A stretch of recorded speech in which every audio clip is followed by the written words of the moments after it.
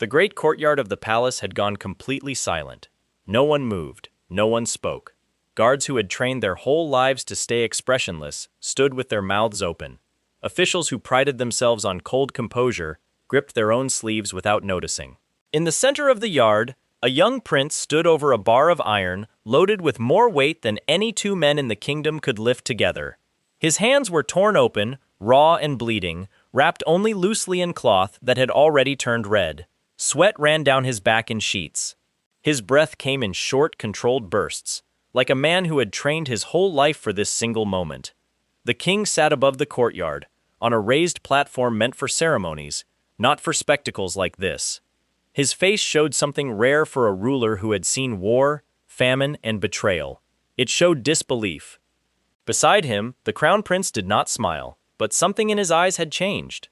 Pride, maybe, or relief. And near the edge of the crowd, a young woman pressed a hand to her mouth, staring at the wounds on her husband's palms, finally understanding just how far he had gone to reach this day. None of them knew the full truth. Not really. They saw a prince who had grown strange over the past year. A prince who spoke of things no scholar had ever taught, who obsessed over iron bars and strange wooden frames, who made soap with his own hands like a common tradesman, who claimed a disease could be predicted before it struck. What they didn't know was simpler and far stranger than anything they imagined. The man standing in front of them, drenched in sweat, wasn't really a prince at all. Not originally. He had been someone else entirely. Someone from centuries ahead.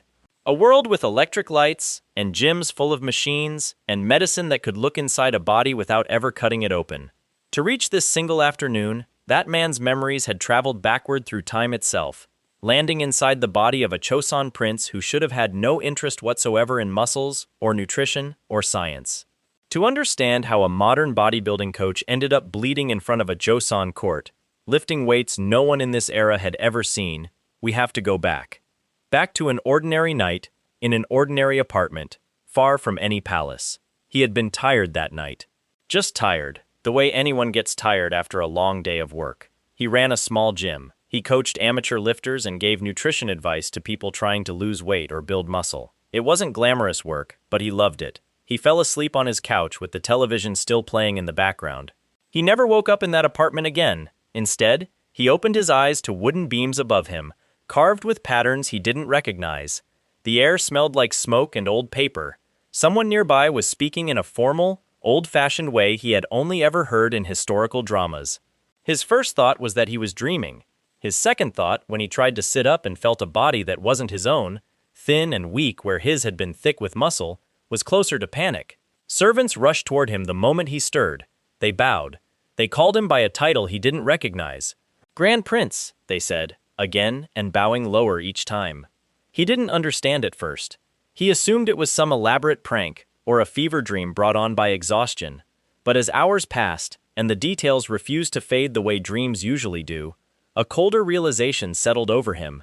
He wasn't dreaming. He was inside someone else's body in what appeared to be a royal palace, wearing robes far too fine for a gym coach, in a place that felt disturbingly, impossibly real. It took him days to accept the shape of his situation.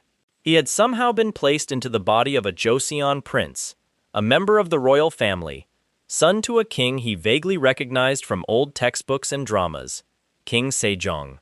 The name hit him harder than anything else. If this really was the era he thought it was, then history had already written what would happen to this king. Sejong was remembered for many things: wisdom, invention, the creation of a new writing system for his people. But history also remembered something else. Sejong's health had declined severely in his later years. Diabetes, worsening eyesight, chronic pain. A king who gave so much to his people while his own body slowly failed him. The prince, now trapped inside a stranger's life, realized something with a chill that had nothing to do with the palace's cold stone floors. He knew what was coming for this man. He knew it long before anyone in this era could have guessed. And everyone around him treated the king's declining health as something unavoidable, something written into fate itself. He alone believed otherwise. That belief became the quiet engine driving everything he would do next. His body was frail compared to what he remembered. Years of muscle, built through countless hours in the gym, were gone. In their place was the soft, underused frame of a prince who had likely never lifted anything heavier than a writing brush. He decided, almost without thinking, that the first thing he needed to fix was his own weakness. But he couldn't simply announce that he intended to build muscle like a modern bodybuilder. No one here would understand the concept. There were no gyms, no barbells, no protein shakes or fitness magazines, just centuries of tradition that valued scholarly stillness over physical exertion, especially for a member of the royal family. So he started small, quietly. In his own private quarters, away from prying eyes. He began with stretching. It sounds almost too simple to matter, but stretching was something this era knew almost nothing about. People worked their bodies hard through labor, farming, carrying, building, yet they rarely thought to loosen or lengthen the muscles they strained every day. Aches were treated with herbal poultices or quiet suffering, not with movement. The prince began stretching his stiff limbs each morning, slowly, carefully, the way he used to guide beginner clients through a warm-up. His servants noticed almost immediately. They watched him twist and bend in ways that looked strange to them, unsure whether they were witnessing some new form of meditation or a sign that their young master had lost his senses. One servant, an older man who had served the royal family for years and suffered from chronic back pain, made a comment about his aching spine one morning while helping the prince dress. Without thinking too much about propriety, the prince showed him 2 simple stretches. The old servant looked skeptical, arms crossed, clearly humoring a prince who had begun acting oddly since his sudden fever weeks earlier. But he tried the stretches anyway, mostly out of respect. By the next morning, the servant returned looking somewhat startled. His back, stiff for years, felt noticeably looser. He asked, almost embarrassed, if the prince could show him again. Word spreads fast inside palace walls, faster than anywhere else, precisely because so many people live so closely together, with so little to occupy their curiosity. Within a week, several other servants were quietly imitating the prince's morning routine, twisting their bodies in unfamiliar shapes before starting their daily work. None of them understood the science behind what they were doing. They didn't know about flexibility, or blood flow, or muscle elasticity. They only knew that their joints ached less, and that felt like a small miracle. The prince watched this spread with a strange mixture of amusement and quiet triumph. It was such a small thing, stretching, something he used to teach without a second thought back home. Here, it felt like planting the very first seed of something much larger. He needed allies, though. Trust wasn't something built through morning stretches alone, and he knew he would eventually need people willing to support far stranger requests. His wife was perhaps the hardest person to win over. She had married a prince who behaved one way for years, only to suddenly transform into someone else entirely after a mysterious illness. Gone was the young man she thought she understood. In his place was someone who spoke oddly at times, who obsessed over cleanliness and food in ways that confused her, who spent hours alone doing strange physical exercises behind closed doors. She didn't know what to make of him. For a while, she simply observed from a careful distance, unsure whether to feel concerned or suspicious. The prince, aware of the distance growing between them, decided that actions would speak louder than any explanation he could offer. He began focusing on something practical, something he was confident would eventually prove itself. Soap. Hygiene in this era was inconsistent at best. People bathed, but true cleaning agents were limited, often harsh or ineffective. The prince remembered enough about basic soap making from his old life, mixing fats with alkaline substances, to attempt something crude but functional. His first attempts were rough. The mixture smelled strange, and the texture wasn't quite right. Servants who watched him mixing substances in a private workroom exchanged confused glances behind his back, wondering what exactly their young master was attempting this time. But he adjusted the ratios, experimented patiently, the way he used to test different training programs on clients, until something clicked. After several failed batches, he finally produced a bar that lathered properly and left skin feeling remarkably clean. He gave the first real bar to his wife. She accepted it out of politeness more than curiosity, expecting little. When she used it that evening, she noticed something different almost immediately. Her skin felt smoother, cleaner in a way that plain water and ash never quite achieved. She said nothing at first, unwilling to admit that her strange husband had actually created something impressive. But a few days later, she quietly asked if he could make more. That request, small as it was, meant more to him than she probably realized. It was the first sign that she was willing to trust the results of his strange behavior, even if she didn't yet understand the reasoning behind it. The soap didn't stay a private secret for long. His wife, despite her lingering doubts about her husband's transformation, couldn't resist mentioning the remarkable little bar to a few other women in the palace. Curiosity did the rest.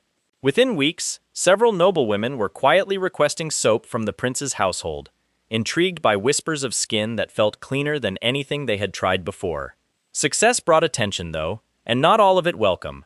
Purchasing large quantities of fat and specific minerals raised a few eyebrows among the palace stewards responsible for tracking expenses. It was strange behavior for a prince, buying ingredients more suited to a merchant's workshop than a royal chamber. But soap alone wasn't dangerous. It was easy to dismiss as an unusual hobby. The real trouble started when the prince turned his attention towards something far less easy to explain. He needed equipment, real equipment, similar to what he used back in his old gym, if he ever hoped to rebuild the kind of strength his body once had, and eventually prove that structured training could do more than simply build muscle for its own sake. That meant iron, a lot of it. He approached a local blacksmith, a broad-shouldered man with calloused hands who had spent decades shaping metal into tools and weapons. The blacksmith listened with obvious confusion as the prince described strange shapes, long bars with weighted ends, contraptions with sliding parts, meant for pushing and pulling motions that served no obvious purpose in warfare or farming. Still, coin was coin, and royal requests weren't something a blacksmith easily refused. He agreed to attempt the designs, even if he privately thought the young prince had taken leave of his senses. Word of these unusual orders eventually reached less friendly ears. The chief inspector, a stern official responsible for palace security and internal order, had already been watching the prince's strange behavior with growing suspicion for weeks. Stretching exercises, homemade soap, secretive workroom sessions, these were odd but harmless. Massive iron purchases were something else entirely. In an era where iron meant weapons, and weapons meant potential rebellion, a member of the royal family suddenly ordering unusual quantities of metal was a serious concern. The chief inspector began quietly compiling reports, questioning merchants, tracking every strange request tied back to the young prince's name. He said nothing directly, not yet, but suspicion, once planted, tends to grow roots quickly. Unaware of the storm building around him, the prince pressed forward with his plans. He began training in earnest, using the crude but functional equipment his blacksmith managed to produce. Progress was slow at first. His body, weakened by years of scholarly inactivity in its previous life, resisted every attempt to rebuild strength. He pushed through anyway, applying the same principles he once taught his clients back home: progressive resistance, proper form, careful recovery between sessions. It was strange, coaching himself through a body that felt both familiar and foreign at once. Muscle memory from a different life guiding movements that this body had never truly attempted before. Slowly, painfully, changes began to show. His arms filled out slightly, his shoulders squared. Servants who bathed and dressed him each morning began noticing the difference, though none dared comment directly on such a personal transformation. His wife noticed too. She said nothing about it outright, but he caught her glancing at him more than once, a flicker of something unreadable crossing her expression. Confusion, perhaps, or the beginning of something closer to curiosity. Meanwhile, his research expanded beyond his own body. He began quietly studying the diets and health conditions of common villagers nearby, comparing malnourished children to those given slightly better food and rest. It was crude by modern standards, nothing like the controlled studies he vaguely remembered from health courses long ago, but it was enough to start noticing patterns. Certain foods helped children grow stronger. Certain conditions, related to poor sanitation, led to sickness that spread quickly through poorer households. He began quietly funding better meals for a handful of struggling families, framing it as simple charity to avoid drawing too much attention. In truth, he was gathering evidence he intended to eventually use to convince skeptical officials that health wasn't something left entirely to fate or tradition. It was slow, careful work, but so was everything he had attempted since waking up in this unfamiliar life. The Crown Prince, his older brother, watched all of this unfold with careful, measured curiosity. Unlike the chief inspector, he wasn't quick to assume the worst. He was intelligent, known throughout the court for his sharp judgment, and he had noticed the same strange changes everyone else had. But where others saw eccentricity or danger, he saw something else: purpose, buried under odd behavior that hadn't yet been fully explained. One evening, the Crown Prince visited his brother's quarters unannounced, catching him mid-exercise, sweat soaking through his robes as he pushed through a set of movements using the crude iron equipment. Rather than reacting with alarm, the Crown Prince simply watched for a long moment, arms crossed, expression unreadable. Finally, he asked what exactly his brother thought he was doing. The prince, caught off guard but unwilling to lie to the one sibling who had never treated him with suspicion, decided to explain. Not everything, not the truth about traveling through time. That would sound like madness even to someone as open-minded as the Crown Prince.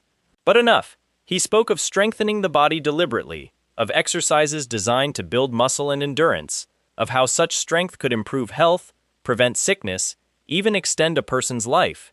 The Crown Prince listened without interrupting, his expression shifting slowly from skepticism to something more thoughtful. He asked pointed questions about the soap, about the strange stretching exercises spreading through the servants' quarters, about the sudden interest in nutrition among poor villagers. By the end of the conversation, he hadn't fully agreed with everything his brother described. Some of it still sounded strange, even dangerous, if taken too far. But he offered something valuable regardless. He offered to help keep the chief inspector's growing suspicions contained, at least for now, while quietly observing whether his brother's strange methods actually produced the results he claimed.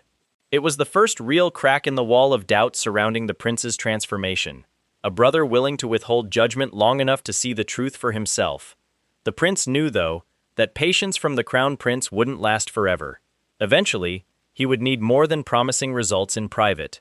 He would need something undeniable, something public, something that could silence doubters and accusers alike in one decisive moment. He began planning for exactly that, a demonstration, bold enough to prove beyond argument that his strange methods held real value. But before that moment could arrive, the storm building around him finally broke. The chief inspector, having gathered enough reports on suspicious iron purchases and secretive late-night workroom sessions, decided he could no longer stay silent.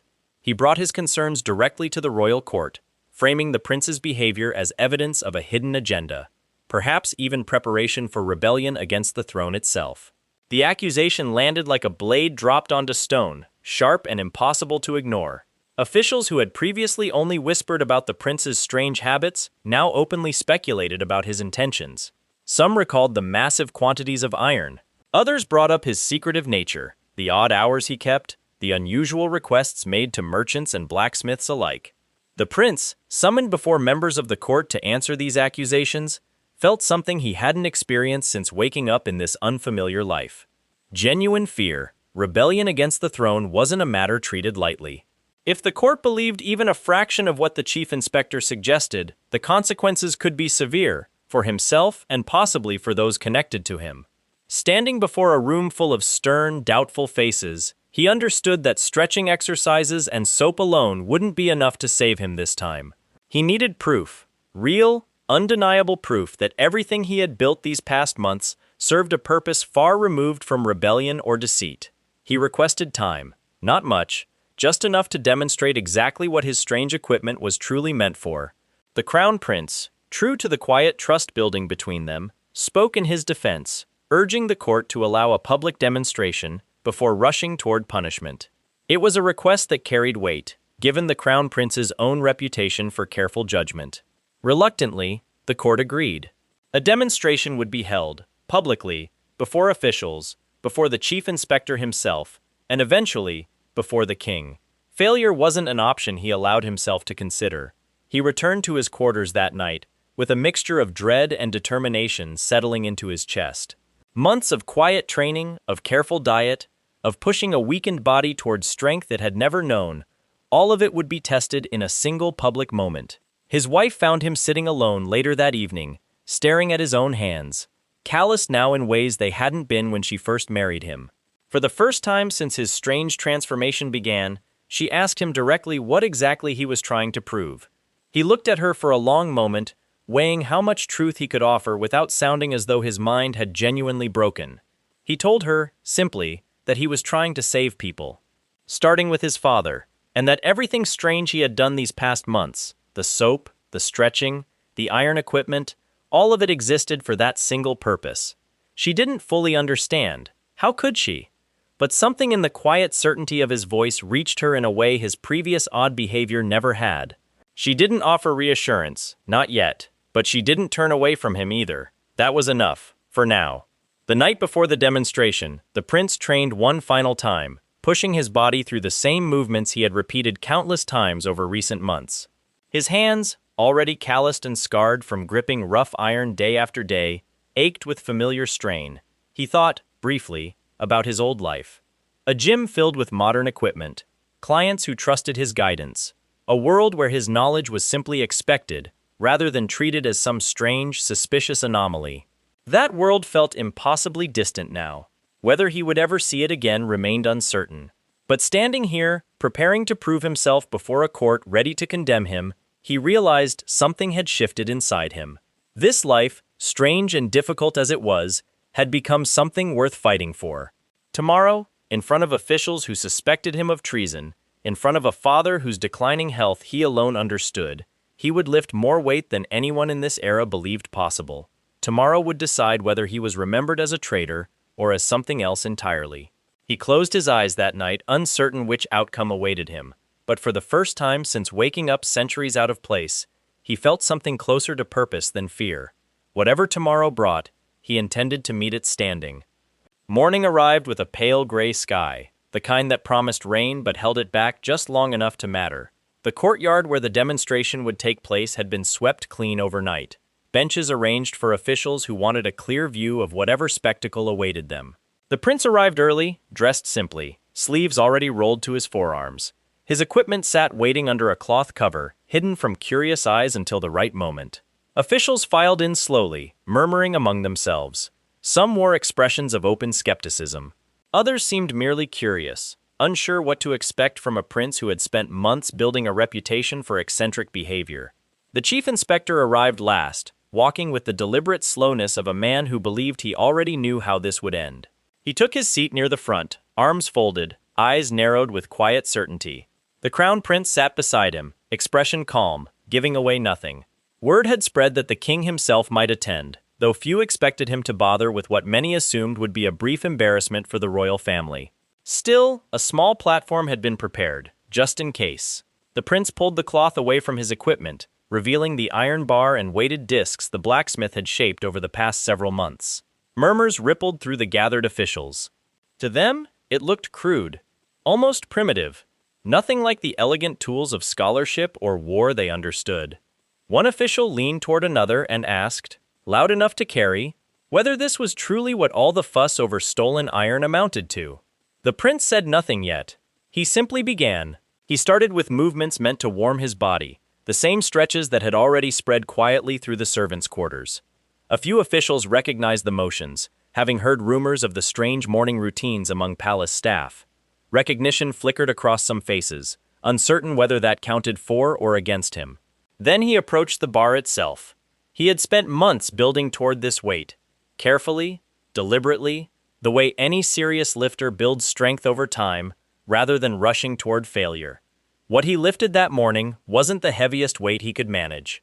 It was the heaviest weight he could manage safely, in front of witnesses, without risking the kind of injury that would end everything before it truly began. He gripped the bar. Officials leaned forward despite themselves, curiosity overriding skepticism for just a moment. He lifted it cleanly off the ground, held it steady, then lowered it with the same control. A simple deadlift, nothing flashy, but the weight itself told a story these officials had never considered. No ordinary man, certainly no pampered prince, should have been able to move that much iron with such apparent ease. Silence followed. Not the mocking silence he had feared, but something closer to confusion. He continued, moving through a squat next, then finally a press overhead, each lift heavier than the last, each one completed with the same steady control that separated genuine strength from reckless showmanship. By the time he finished his own demonstration, sweat had soaked through his robes, and his hands ached from the repeated strain. But the courtyard, once filled with skeptical murmurs, had gone almost entirely quiet. That quiet didn't last. A soldier stepped forward from among the guards stationed nearby, a broad man known throughout the palace for his raw physical strength. He had been arranged beforehand, at the chief inspector's insistence, to prove that whatever the prince had just shown meant little compared to real, battle-tested power. The soldier approached the bar with obvious confidence, rolling his shoulders, clearly expecting an easy victory that would settle the matter for good. He gripped the bar the prince had used and attempted to lift it. His face reddened with strain almost immediately. Muscles that had spent years swinging swords and hauling supplies weren't accustomed to this particular kind of resistance, applied in this particular way. He managed one difficult repetition, barely, before setting the bar down with visible relief, his arms trembling from the effort. The prince, watching quietly, didn't gloat. He simply stepped forward again and repeated the same lift several more times, his form steady, his breathing controlled, making the soldier's single-strained attempt look almost embarrassing by comparison. Something shifted in the courtyard then. Officials who had come expecting to witness a fool's downfall found themselves instead reconsidering everything they thought they understood about strength itself. The soldier stepped back, jaw tight, clearly humbled but unwilling to argue with what he had just felt in his own arms. The chief inspector's expression tightened. He wasn't ready to abandon his suspicions entirely, not after months of building his case, but even he couldn't deny what the courtyard had just witnessed. This wasn't the behavior of a man secretly plotting rebellion. Rebellion required weapons, soldiers, alliances. What he had just watched looked more like discipline turned towards something else entirely, something he didn't yet have a name for. The crown prince rose from his seat, addressing the gathered officials directly. He reminded them of the soap that had already earned praise among the court's noblewomen, of servants whose chronic pain had eased through simple stretching, of villagers whose health had quietly improved under his brother's care these past months. None of that, he argued, resembled preparation for treason.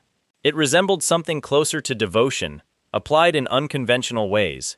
Murmurs of agreement spread slowly through the crowd. Not universal, not immediate, but enough to shift the mood away from suspicion and toward something closer to reluctant respect. The chief inspector didn't offer a full apology. His pride wouldn't allow that, but he did concede, stiffly, that further investigation into rebellion charges seemed unnecessary for now. The word "for now" hung in the air, a warning that his watchful eyes hadn't fully closed. Still, for the prince, it was enough. He had survived the most dangerous accusation he had faced since arriving in this life, and he had done it not through clever words, but through simple, undeniable proof. His wife had watched the entire demonstration from a distance reserved for royal family members. She hadn't fully understood what she was witnessing beforehand, only that her husband's freedom, perhaps even his life, depended on how the morning unfolded. Watching him lift weight that left a trained soldier struggling, watching officials shift from suspicion to something closer to awe, something inside her finally settled into place. That evening, she visited his quarters without being summoned, something she rarely did. She found him soaking his torn palms in a basin of warm water mixed with herbs meant to speed healing. She sat beside him quietly for a while before finally speaking. She admitted that she had spent months assuming he had lost his senses somewhere along the way, that his strange behavior stemmed from illness or misfortune rather than purpose. Watching him today, she said, had changed that. He didn't respond immediately, simply looking at her, weighing how much he wanted to share now that trust had finally started building between them. He told her, carefully, that everything he had done these past months came from a desire to protect the people he cared about, starting with his father, whose health he believed could still be saved, despite what tradition assumed was inevitable decline. She asked quietly why he cared so much about a father who barely understood him. He answered honestly, because he knew, with a certainty he couldn't fully explain, what waited for the king if nothing changed, and because he refused to simply watch that future arrive without trying to stop it. Something in his voice, steady and certain despite the exhaustion in his body, convinced her more than any explanation could have. She reached for his injured hand, careful of the wounds, and held it gently. It was a small gesture, but after months of distance between them, it felt like the beginning of something real. Their relationship shifted noticeably in the weeks that followed. She began asking questions about his methods, curious rather than skeptical now. She tried the stretches herself one morning, awkward and unsure at first, but genuinely surprised by how much lighter her body felt afterward. She even asked, eventually, whether women could benefit from the same kind of training he had used to build his own strength.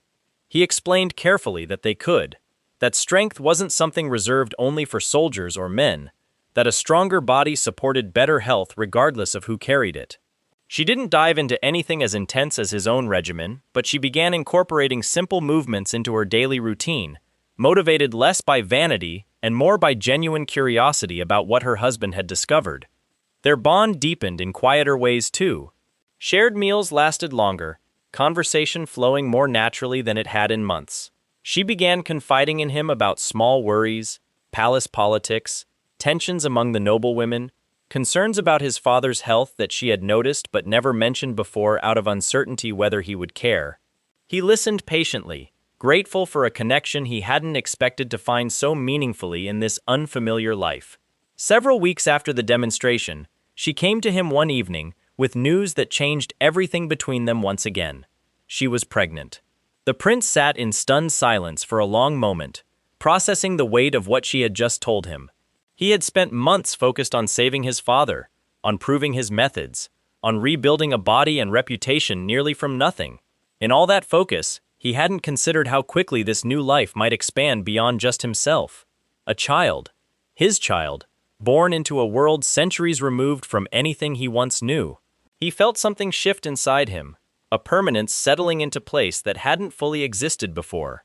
Whatever chance remained of returning to his old life, however small it may have been, suddenly mattered far less than the responsibility now taking shape in front of him. He reached for her hands, careful and gentle, and told her, with a certainty that surprised even himself, that he intended to build the safest, healthiest life possible for their child, starting now. That promise led him toward his next major project. Childbirth in this era carried real danger, infection especially, spread through unclean conditions and instruments that were rarely properly sterilized. The prince, remembering fragments of basic medical knowledge from his old life, understood that something as simple as disinfecting wounds and tools could dramatically reduce unnecessary deaths. He began experimenting quietly with distillation, producing a crude but effective form of alcohol strong enough to clean wounds and instruments alike. His earlier soap-making experience proved useful here, familiar with careful measurement and patient trial and error. His first successful batch worked exactly as he hoped, cleaning cuts and instruments in ways that visibly reduced the swelling and infection that so often followed injury in this era. He shared the discovery cautiously at first, testing it on minor wounds among trusted servants before expanding its use more broadly. Physicians within the palace, initially skeptical of yet another strange invention from the prince's private workroom, began noticing genuine results. Wounds treated with his disinfectant healed cleaner, and faster than those treated with traditional methods alone. Slowly, cautiously, his reputation began shifting once again. No longer simply the strange prince obsessed with iron and soap, but someone whose unusual methods kept producing results that were difficult to dismiss. Even the chief inspector, still watchful but no longer openly hostile, found himself grudgingly acknowledging that whatever the prince was doing, it wasn't treason. Whether it was wisdom or simple luck, he hadn't yet decided. Meanwhile, the king's health, the very reason the prince had begun this journey in the first place, continued its slow, familiar decline. The prince noticed subtle signs that confirmed what he already feared. Increased thirst. Fatigue that lingered no matter how much rest the king took. Vision that seemed to blur more often during long court sessions. Diabetes, exactly as history had warned him it would. He requested a private audience with his father, knowing the conversation ahead carried real risk. Accusing a king of illness, suggesting a course of treatment based on knowledge no physician in this era possessed, could easily be mistaken for arrogance, or worse, some kind of scheme. He chose his words carefully when the moment came. The king greeted him from his private study, looking more exhausted than the throne room ever allowed him to appear in public. The prince spoke honestly, telling his father that he had noticed the fatigue, the thirst, the subtle changes others may have overlooked. He explained, as simply as he could without revealing anything about his true origins, that certain patterns of eating and movement could either worsen or ease these particular symptoms.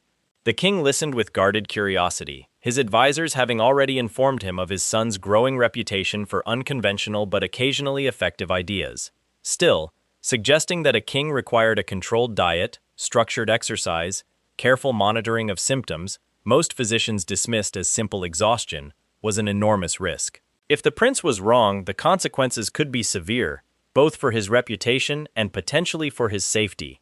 He took that risk anyway, driven by a certainty he couldn't fully explain to anyone else in this era. The king, after a long silence, finally asked what exactly his son proposed. The prince outlined a careful plan. Reduced sugars and heavy foods, structured movement, similar to what he had already demonstrated in the courtyard, adjusted appropriately for a man of the king's age and condition. Regular monitoring of symptoms, tracked carefully over time rather than dismissed as simple bad luck or fate. It wasn't a miracle cure. He was careful to avoid promising anything he couldn't guarantee, but it was, he insisted, a genuine chance at slowing what tradition assumed was inevitable decline. The king considered this proposal for several days before finally agreeing to a trial period, cautious but curious enough to see whether his son's unconventional methods held any real merit. It was a small victory, but it represented everything the prince had worked toward since first waking up in this unfamiliar life. His father, however hesitantly, was finally willing to listen. The trial began quietly, away from public eyes, in case it failed and needed to be abandoned without embarrassment. The prince personally supervised adjustments to the king's meals, working closely with palace cooks who initially resisted changes to dishes prepared a certain way for generations. He introduced simple movements as well, careful not to overwhelm a body already weakened by illness and age. Short walks, gentle stretches similar to those that had already spread through the servants' quarters, nothing dramatic but consistent, repeated daily with the same patience he applied to every other project since arriving in this era. Early results were subtle but encouraging. The king's energy seemed to stabilize somewhat. His thirst, while still present, didn't seem to worsen as quickly as before.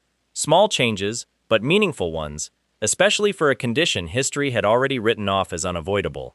The crown prince, watching these developments closely, began openly supporting his brother's efforts, no longer simply withholding judgment, but actively encouraging their father to continue the trial despite skepticism from more traditional court physicians. Slowly, cautiously, the prince's reputation within the palace continued shifting.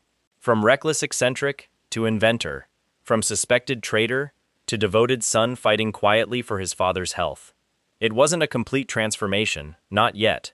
Old suspicions lingered in certain corners of the court, and the chief inspector still watched with careful, guarded eyes. But something fundamental had changed since that morning demonstration in the courtyard. People were finally starting to ask a different question. Not whether the strange prince had lost his senses, but what exactly he might accomplish next. The prince, for his part, understood that maintaining the king's progress required more than just diet and simple movement alone. Winter approached, and outdoor training, especially for a man already weakened by age and illness, would become increasingly difficult once the cold set in fully. He needed a solution, something that would allow structured training to continue regardless of season, protected from harsh weather that could easily undo months of careful progress. That need led him towards someone he hadn't yet approached directly, a royal engineer, known throughout the palace for solving practical problems others considered impossible. Someone whose skills might finally allow him to build something more permanent than crude iron bars shaped by a single overworked blacksmith. He began drafting plans that evening, sketching rough designs for indoor equipment that could withstand repeated use, protected from wind and snow, sturdy enough to support a training program capable of continuing regardless of season. It was, in many ways, the next natural step in everything he had built so far. Stretching had proven that simple movement mattered. Soap had proven that hygiene mattered. Nutrition experiments had proven that food mattered.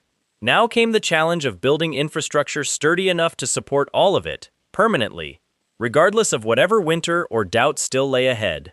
He didn't yet know whether the engineer would take his unusual request seriously, or dismiss it the way the blacksmith initially had before proof changed his mind. But he had learned, over these past difficult months, that skepticism rarely lasted once results became impossible to ignore.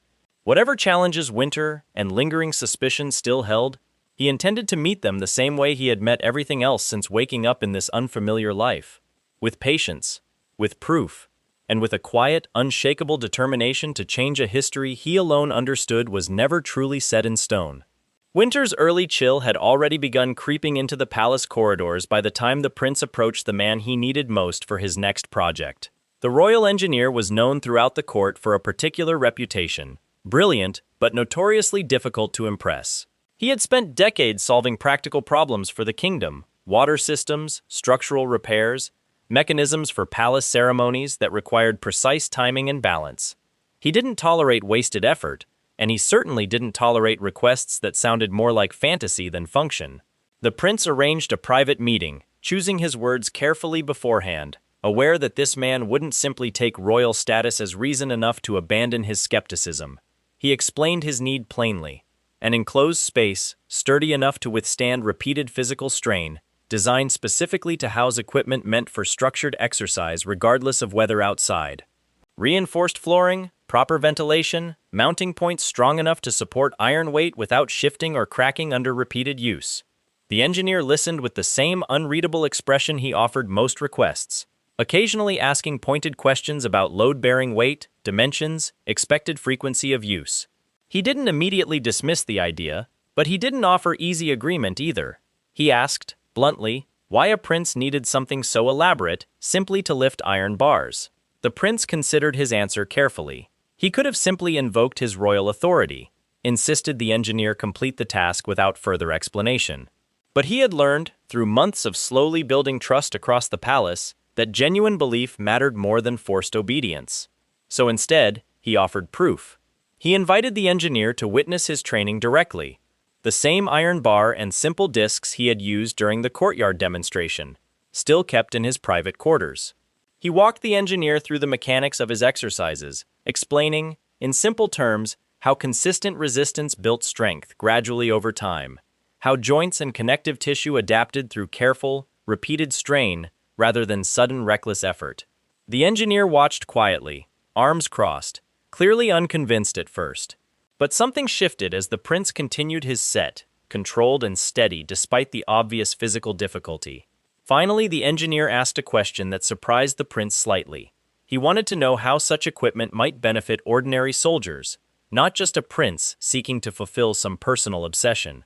The prince answered honestly, explaining that structured strength training could reduce injury among soldiers, improve endurance during long campaigns, even extend a fighter's effective career well beyond what traditional training alone typically allowed. That answer seemed to land differently than anything else he had said. The engineer, practical by nature, cared less about muscles for their own sake and more about function, results that served a larger purpose beyond individual vanity. He agreed, cautiously, to design the structure the prince had requested, not out of blind loyalty, but because the argument finally made practical sense to a man who valued exactly that kind of reasoning above all else. Construction began within days, the engineer bringing in a small team of skilled workers sworn to discretion given the unusual nature of the project. Wooden beams, reinforced with iron brackets, rose steadily near the edge of the palace grounds, a modest structure by outside standards, but sturdier than anything typically built for private use. The prince visited the construction site often, offering suggestions where needed, adjusting measurements based on his own memories of gym layouts from his old life, though he was careful never to reveal exactly how he knew such specific details. Progress moved quickly once the engineer committed fully to the project. Within weeks, the basic structure stood complete: walls thick enough to block harsh winter wind, flooring reinforced to handle the repeated impact of iron against solid ground. The blacksmith, now fully invested in the prince's unusual requests after months of steady work together, expanded his own efforts to match the growing scale of the project. New equipment took shape steadily: sturdier bars, additional weighted discs, even a crude but functional bench designed specifically for pressing exercises the prince remembered from his old training routines. By the time the first snow began falling outside, the indoor training space stood fully operational, ready to support the king's continued recovery regardless of what winter brought. The king's first visit to the completed space carried a mixture of curiosity and lingering skepticism. He walked slowly through the modest structure, examining the iron equipment with the same careful scrutiny he applied to matters of state. The prince walked him through each piece patiently, explaining simple movements suited specifically to his father's age and condition, careful never to push too hard given the risks still associated with his declining health. The king's first attempts were understandably clumsy. Years of scholarly stillness had left his body unfamiliar with deliberate physical exertion of any kind. He struggled initially with movements the prince considered basic, simple squats, gentle presses using far lighter weight than anything the prince himself trained with. But he persisted, driven perhaps by the same quiet curiosity that had led him to approve the trial diet months earlier. Day by day, his movements grew steadier. His breath, initially strained even during simple exercises, began evening out more naturally. Physicians monitoring his condition throughout this period noted small but genuinely encouraging changes. His energy levels stabilized further. His thirst, while still present given the underlying condition, no longer worsened as sharply as it once had. Most notably, his mood seemed to lift slightly, an unexpected benefit the prince hadn't specifically anticipated but recognized immediately from his old life. The way structured movement often eased mental burden alongside physical health. The crown prince, watching his father's slow but genuine progress, found himself increasingly vocal in supporting his brother's methods throughout the court. Where skepticism once dominated conversations about the strange prince's unconventional behavior, cautious optimism began taking its place. Even the chief inspector, still far from a full ally, found himself unable to maintain the same level of suspicion he once held. Watching the king's genuine improvement firsthand made continued accusations of hidden rebellion increasingly difficult to justify, even to himself. Amid all this progress, quieter, more personal moments continued strengthening the bonds the prince had built since arriving in this unfamiliar life. His wife, now visibly further along in her pregnancy, took a particular interest in the completed training space, curious about the equipment that had caused so much trouble and eventually so much unexpected success. She often sat nearby during his training sessions, sometimes attempting gentle stretches herself, careful given her condition, but genuinely engaged rather than merely tolerating her husband's unusual habits. One evening, while treating small cuts on his hands after a particularly demanding session, she noticed scarring that had built up gradually over the months. Calluses and old wounds layered across his palms from countless hours gripping rough iron. She held his hands gently for a long moment, tracing the marks with careful fingers, before finally speaking. She admitted that she hadn't fully understood, until seeing this physical evidence up close, just how much effort and sacrifice he had poured into everything since his strange transformation began. Tears welled in her eyes, not from sadness, but from a sudden, overwhelming understanding of devotion she hadn't previously recognized.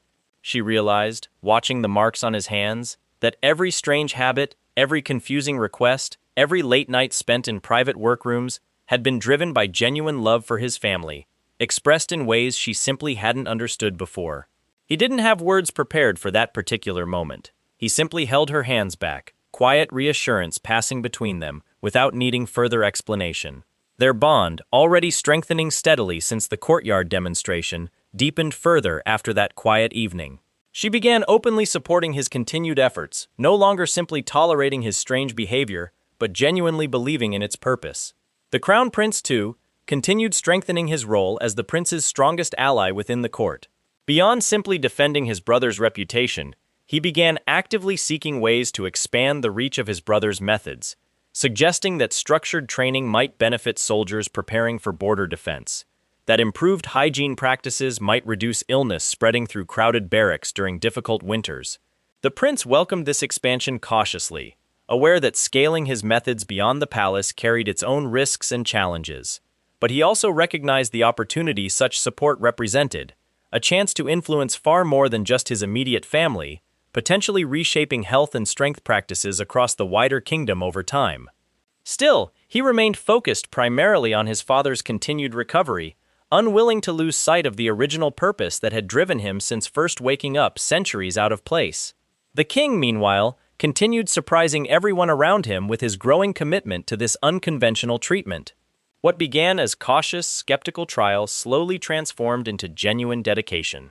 He began requesting additional sessions beyond what the prince initially prescribed, curious about his own progress in ways that surprised even his closest advisors.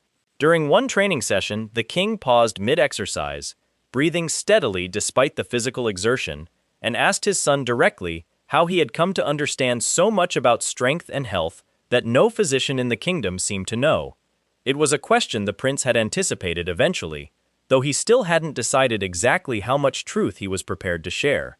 He chose his words carefully, explaining that his understanding came from unusual circumstances he wasn't yet ready to fully explain, but that everything he had taught, the stretching, the training, the dietary adjustments, came from genuine knowledge he trusted completely, regardless of its strange origin.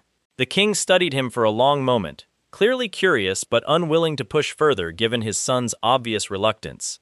Finally, he simply nodded, accepting the answer without demanding more, a quiet trust building between them that mirrored the same patient process the prince had experienced with nearly everyone else since arriving in this unfamiliar life.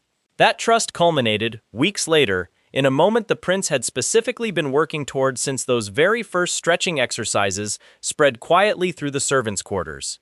He had spent months compiling his own understanding of structured exercise into a written manual, carefully adapting language and explanations suited specifically for this era's understanding of the body. It wasn't a perfect translation of everything he remembered from his old life. Some concepts simply didn't exist yet in language available to him, but it captured the essential principles clearly enough for others to eventually learn and apply without his direct guidance. He presented this manual to his father formally, uncertain exactly how it would be received given the unconventional nature of its contents. The king reviewed it carefully over several days, occasionally asking clarifying questions about certain exercises or dietary principles described within its pages. Physicians within the court, initially skeptical of yet another unconventional idea from the prince, found themselves gradually intrigued by the careful logic underlying the manual's recommendations, especially given the visible results already evident in the king's own recovery. Finally, the king made his decision public, announcing before the court that he intended to formally adopt the training method his son had developed, encouraging select officials and soldiers to consider similar practices for their own health and strength. It was, in many ways, everything the prince had worked toward since those very first stretches, since that first crude bar of soap, since the tense courtyard demonstration that had nearly cost him everything. His methods, once dismissed as reckless eccentricity, now carried official royal endorsement. Still, he understood that this moment represented progress rather than a final destination. His father's illness, while improving steadily, hadn't been fully resolved. Winter's challenges remained ongoing. The chief inspector's suspicions, while quieted for now, hadn't been entirely erased. And beyond his immediate family, an entire kingdom remained largely unaware of the knowledge he carried. Knowledge that could reshape far more than just royal health alone if given enough time and opportunity to spread. For now, though, standing in his newly built training space, watching his father move steadily through exercises that had once seemed impossibly foreign, surrounded by a family finally beginning to understand and support the strange path he had chosen, the prince allowed himself a rare moment of quiet satisfaction. He had come to this unfamiliar life with nothing but memories of a world centuries removed from anything around him. Slowly, patiently, through stretching and soap, through iron and careful diet, through sacrifice and quiet persistence, he had begun building something real. Whatever challenges remained ahead, whatever secrets he still carried about his true origins, whatever uncertainty lingered about ever returning to his old life, he understood now that this life, strange and difficult as it remained, had genuinely become his own. And he intended to keep building, one careful season at a time, until the history he alone remembered no longer held the same certain, unavoidable shape it once did. Snow settled thick across the palace grounds by midwinter, but the training space stood firm against it, walls holding steady, warmth from a nearby hearth keeping the equipment usable even on the coldest mornings.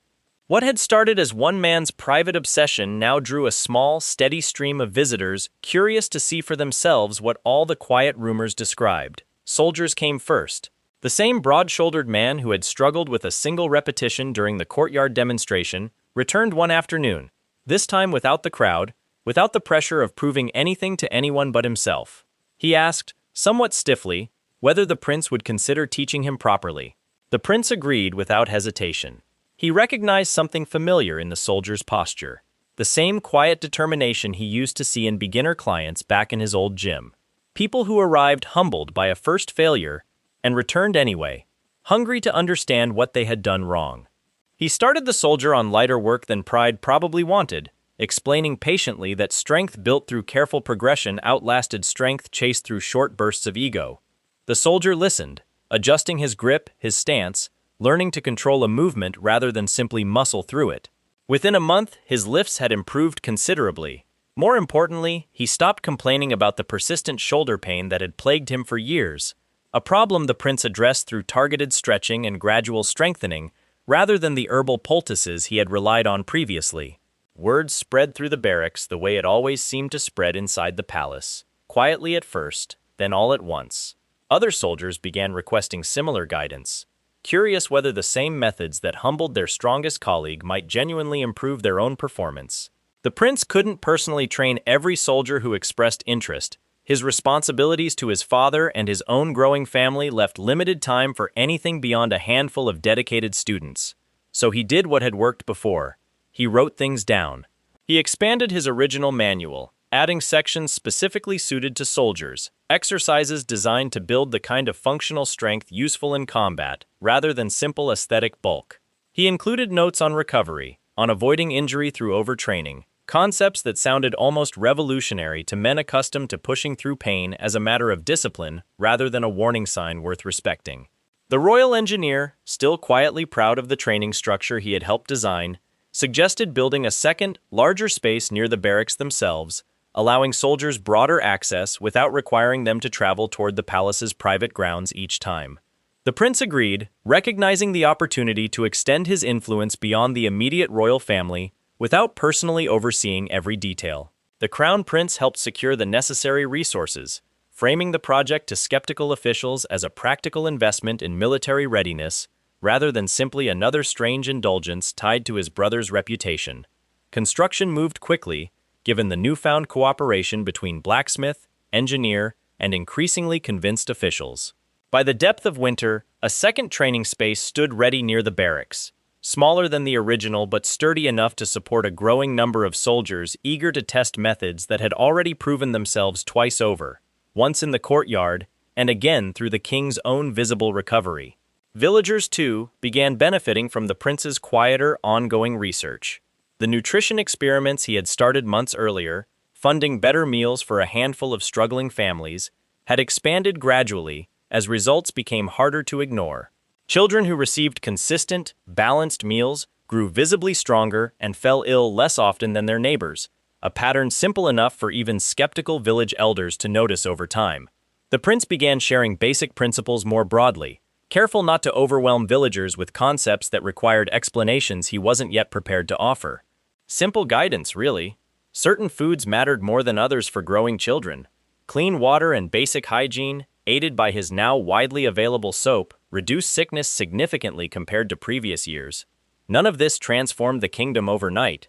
Change, he had learned repeatedly since arriving in this unfamiliar life, moved slowly, earned one small success at a time, rather than through sweeping, immediate revolution. But the direction of that change had become increasingly clear to anyone paying attention. The chief inspector, still watching from a cautious distance, found his position growing increasingly difficult to justify. Reports reaching him now described soldiers with fewer injuries, villagers with fewer illnesses, a king whose health continued improving steadily rather than declining as tradition assumed inevitable. Whatever suspicion he once held about hidden rebellion had become nearly impossible to sustain against such consistent, visible benefit. He never fully abandoned his watchful nature, that simply wasn't in his character. But he shifted his attention elsewhere eventually, toward genuine threats rather than a prince whose strange habits had repeatedly proven themselves harmless, even valuable, despite every early appearance to the contrary. For the prince himself, this period offered a rare, if temporary, sense of stability. His wife's pregnancy continued progressing smoothly, aided in part by the improved hygiene practices and basic prenatal guidance he had introduced based on fragments of medical knowledge from his old life. Physicians within the palace, increasingly open to his unconventional methods given their consistent results, worked alongside him rather than dismissing his suggestions outright. His father's health, while still requiring careful ongoing management given the underlying condition, had stabilized in ways that genuinely surprised court physicians accustomed to assuming steady decline. The king moved with more energy than he had shown in years, his mood notably lighter, his engagement with state matters sharper despite his advancing age. The crown prince, now firmly established as the prince's closest ally within the court, began quietly discussing longer-term plans for expanding these practices even further, perhaps eventually establishing formal training programs beyond just soldiers and palace staff, reaching toward broader segments of the kingdom's population over time. The prince welcomed these conversations cautiously, aware that such expansion carried its own complexities and risks he hadn't yet fully considered. Scaling anything this dramatically eventually meant confronting deeper structural questions about tradition, about resources, about resistance from those most invested in maintaining things exactly as they had always been.